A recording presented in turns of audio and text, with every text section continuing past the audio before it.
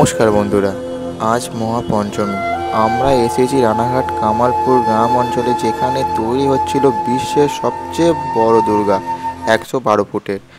আজ সেখানে কেন পুজো হচ্ছে না এবং বিশ্বের সবচেয়ে বড় দুর্গা তৈরি করার কাজ কেন বন্ধ করা হয়েছে, তা আমরা সব বিস্তারিত জেনে নেব কামালপুর অভিযান সংঘের সদস্য সুজয়দার কাছ থেকে। বললে বোঝায়, দেখো ঠাকুর তো আমরা তৈরি করেছিলাম, ঠিক আছে, তৈরিও হয়ে গেছিল। যে পদ্ধতিতে তৈরি হয়েছিল 6টা মাস ধরে, যেন সাধারণ গ্রামবাসীর পয়সা এটা তৈরি হয়েছিল, টোটালটাই আজকে একটা দারুণ, ধরো প্রায় 60 লাখ টাকা সাধারণ গ্রামবাসীর টাকা ওখানে খরচ হয়েছিল। টোটাল কি 7 লাখ টাকা? 60 লাখ টাকা খরচ হয়েছে অবধি, এবং সেটা সাধারণ গ্রামবাসীর কোনো রকম স্পন্সরশিপ ছাড়া। তো পরবর্তীকালে ধরো গ্রামের লোকজন প্রায় ধরো 40 বিঘা জায়গা ছেড়ে রেখেছে, সেটারও একটা হিউজ, সেটারও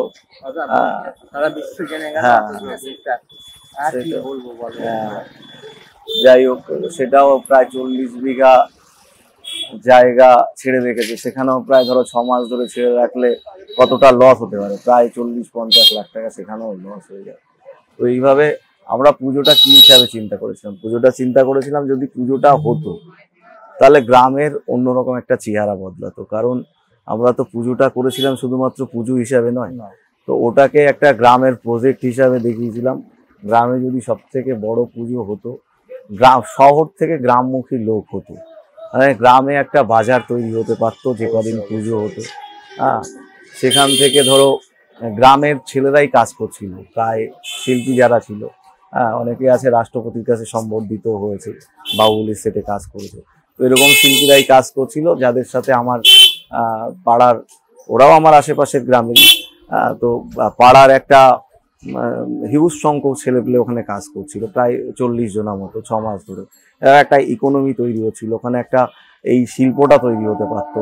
তো এরপরে ওরা এখন দেখা যাচ্ছে কালী পুজোর অনেক কাজও পেয়েছে, জগদ্ধাত্রী পুজোরও কাজ পেয়েছে। এবার সেই কাজগুলো যদি আস্তে আস্তে হতো এইটার থেকে, তো ওখানে কি হতো, গ্রামের অনেক অর্থনৈতিক ব্যবস্থাও চেঞ্জ হতো, মানে ধরো একটা বিকল্প ইনকাম সোর্স তৈরি হতো। গ্রামে তো সাধারণত সব চাষবাসই হয়, তো সেখান থেকে একটা বিকল্প মানে কাজের ব্যবস্থা হতো, সেটাই একটা চিন্তা ভাবনা ছিল। তো যাই হোক, সেটা এখনো আমরা চেষ্টা চালিয়ে যাচ্ছি। তো এখন দেখা যাচ্ছে ওখানে 40 জনা কাজ করতো, পরে 200 জনা করতে পারতো, 500 জনা করতে পারতো, এইভাবে একটা চিন্তা ভাবনা ছিল। আর দেখো, এই রাস্তার মারফতে প্রচুর লোক যাচ্ছে, তাদের ট্রান্সপোর্টের একটা ইনকামের জায়গা আছে, মানে অর্থনীতি একটা অন্যরকম হতো যদি মেলাটা হতো, পুজোটা হতো।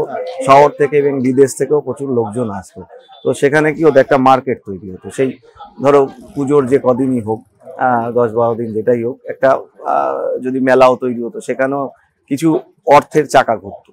যদি রোল চাউমিনও খেত, ওখানে যেত।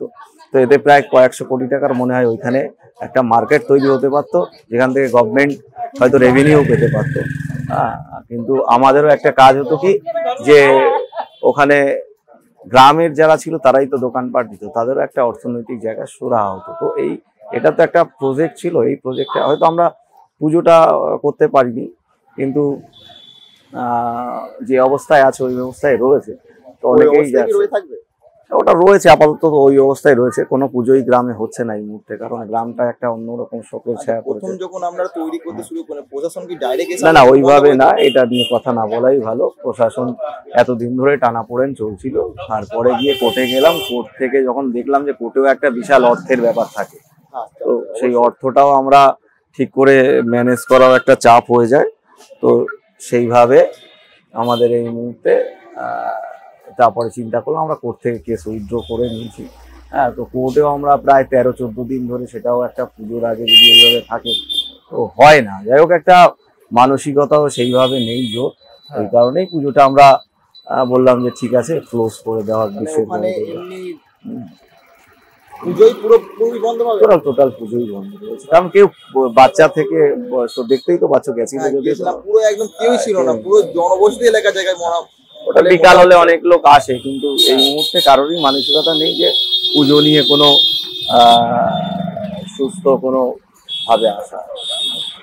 তো আমরা যে জিনিসটা চেষ্টা করছিলাম, যাই হোক, সেটা আমরা চেষ্টা চালিয়ে যাবো, গ্রামের অর্থনীতি মজবুত করার, যেটা আমাদের মেন লক্ষ্য ছিল। হয়তো পুজোটা করতে পারলাম না, পুজোটা হলে কি হতো, পুজোটা হলে বাংলার নাম হতো, বাংলার নাম হতো, বড় দুর্গার খেতাব পাওয়া যেত। কারণ এটা বিশ্বের বড় দুর্গা কেন বললাম, যে দুর্গা ঠাকুর তৈরি হচ্ছিল আমাদের এখানে, তো সেটা হচ্ছে একটা গিনেস বুক অফ ওয়ার্ল্ড রেকর্ডে আমরা জানিয়েছিলাম। তো ওটাই যদি আসতো, তো আমরা আসামের রেকর্ডটা ভাঙতে পারতাম। এবং বিশ্বের বড় দুর্গা এই কারণে বলেছিলাম যে মরিশাসে একটা মা দুর্গার স্ট্যাচু আছে, তো সেটা 108 ফুটের, সেটাকেও আমরা রেকর্ড ব্রেক করতে, এই কারণে বিশ্বের বড় দুর্গাই আমরা বলছিলাম সবসময়। দুর্গাটা হাইট কত ফুট ছিল? ওটা 112 ফুট আমরা আইডিয়া করছিলাম, তবে এই গিনেস বুক অফ ওয়ার্ল্ড রেকর্ডে আমরা 125 লিখেছিলাম। হয়ে যেত, অসুবিধা নেই, যেটা হতো হাইটটা আমরা কম বেশি করা যেত। হ্যাঁ, আমি তো প্রশাসনকে সেইভাবেই আমাদের পরে যখন একটা রিকনসিডারেশনে বলে, সেইভাবে প্রপোজালও দিয়েছিলাম, দূর থেকে দেখবে, ইলেকট্রিকের কোনো ছড়ে ছিটানো থাকবে না, ফায়ারের জন্য জল, যাই হোক, এগুলো আর এখন বলে আর অত ইয়ে নেই। আমরা আমার মতো পুরোটাই এখন মন মরা হয়ে পড়েছে। গ্রামবাসী একটা আর্থিক কষ্টে ভুগছে, টোটালটাই একটা ধরো স্বপ্ন ছিল, আশা ছিল, সেগুলো তো আর হলো না। না, সেটা তো হলো না। এখন কি করা যাবে বলো, যদি সবসময় তো সব জিনিস হয় না। একটা সিস্টেমকে, না সিস্টেমকে তুমি একটা স্ট্রাকচারকে চেঞ্জ করতে গেলে তোমার একটা সময় লাগে, সেটার মধ্যে একটা ইয়ে থাকে। তো যাই হোক, ঠিক আছে, 6 মাস ধরে আর কি কাজ শুরু হয়েছে। পয়লা বৈশাখে খুঁটি পুজো করে শুরু হয়েছে। না, ওটা ওই কথাগুলো এখন বলে লাভ নেই, তখন না, যখন আস্তে আস্তে হলো। এটা একটা কি প্রশাসন ভেবেছে হয়তো পদপিষ্ট হয়ে যেতে পারে, প্রচুর লোক আসতে পারে, এই জন্যই হয়েছে। তো না, এগুলো নিয়ে আমরা কথা বলবো না, কারণ এখন দেখো আমাদেরটা তো হয়নি, যেটা বিশ্বের বড় দুর্গা হতো সেটা তো হয়নি। এটাই হচ্ছে ব্যাপার, যে আমাদের কাজটা ছিল প্রপার ওয়েতে, যেটা মাটি দিয়ে, তারপরে তার ডাইস, তারপরে তার এটা, তো ঠিক আছে।